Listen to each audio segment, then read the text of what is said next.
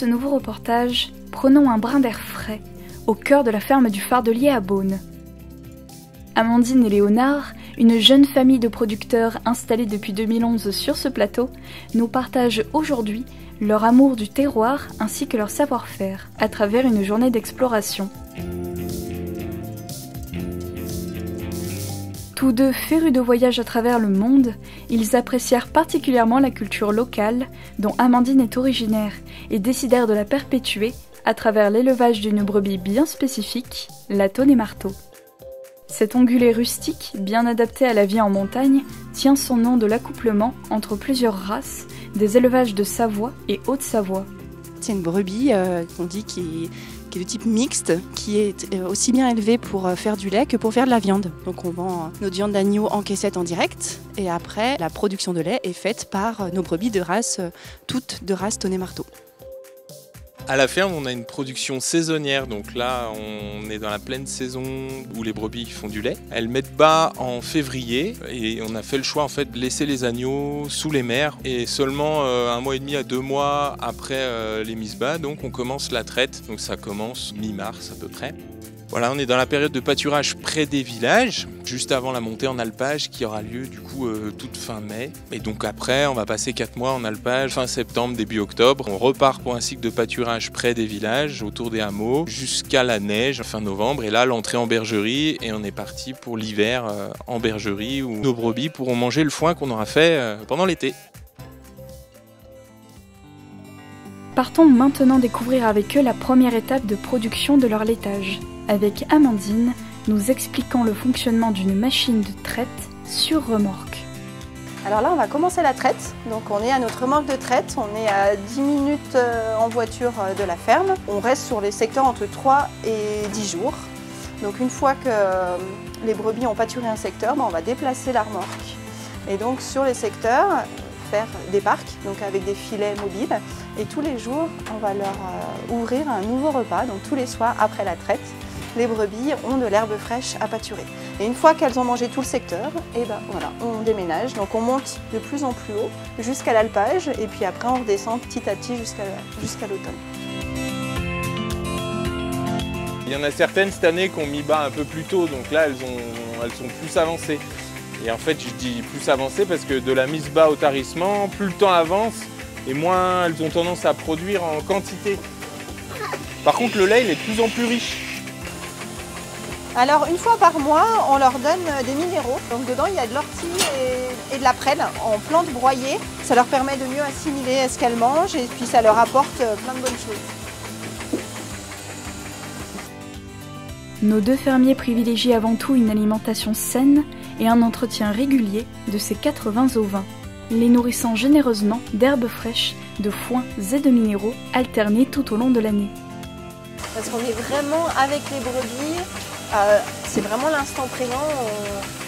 Ça nous arrive à penser à d'autres choses, mais je trouve que ça nous ramène vraiment. Puis le fait de les toucher. Se les collecter repose ainsi une nuit au chaud avant d'être manipulés le lendemain matin.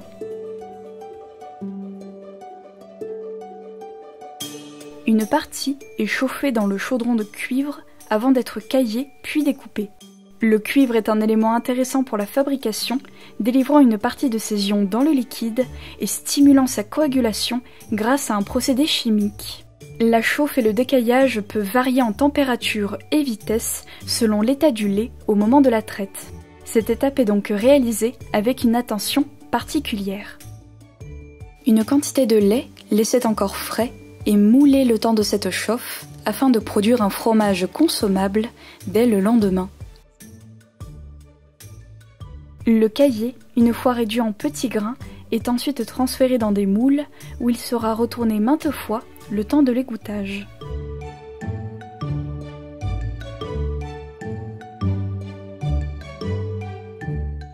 Le petit lait restant est ensuite transféré dans une cuve et chauffé à 90 degrés afin de produire le sérac.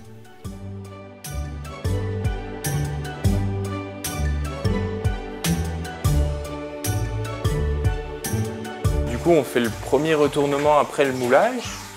Il y en aura encore 2 dans la première journée.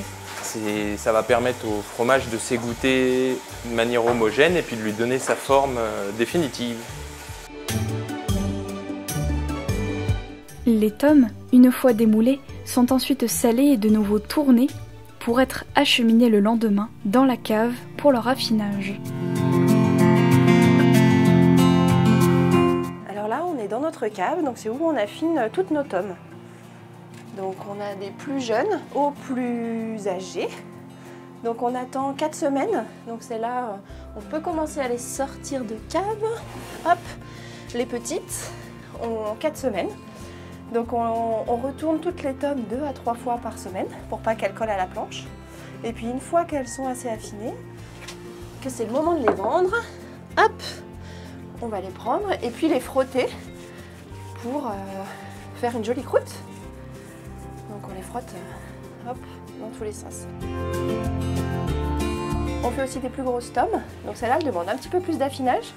Donc celle-là, il faut 8 semaines d'affinage. Donc minimum, après on peut les consommer encore un petit peu plus affinés. Alors ça, c'est ce qu'on appelle le poil de chat. Donc c'est ce qu'on cherche pour la croûte grise type tome de Savoie. Donc en fait, c'est un champignon qui pousse, donc qui va former la belle croûte. Donc si on l'écrase, ben, hop, on va arriver à ce qu'on souhaite, une croûte grise. Voilà. Donc voilà, hop. Donc là, ce sont les tomes qu'on a fait il y a 2 jours. Et du coup, je vais les mettre directement en cave. Jusqu'à quelques mois. C'est en effet un fromage dit de garde, pouvant se conserver encore quelques mois selon les goûts de chacun. Les tomes finalisés rejoindront finalement le sérac, les yaourts et fromages frais pour leur vente, où vous les retrouverez. Alors nos fromages sont vendus donc à la ferme. Donc en fin de semaine, on a une petite boutique à la ferme. On a aussi installé un petit frigo en libre service devant la ferme. Et puis sinon, on vend dans les Biocoop. Donc dans les Biocoop de la Vallée, les Biocoop aussi Albertville, Moutier, Sévrier. Et puis quelques petits magasins, la boucherie Rito à Modane. On vend aussi nos fromages à la coopérative de Beaufort à Beaufort. Et puis à Paris. Puis tout nouveau, on vend nos produits dans le distributeur automatique qui est situé dans les locaux de la communauté de communes de Saint-Michel, communauté de communes Maurienne-Galibier. Et donc dans ce distributeur, on est une dizaine de producteurs de fermes ou d'artisans à s'être réunis pour vendre nos produits. Bonne dégustation et à très bientôt pour une prochaine rubrique.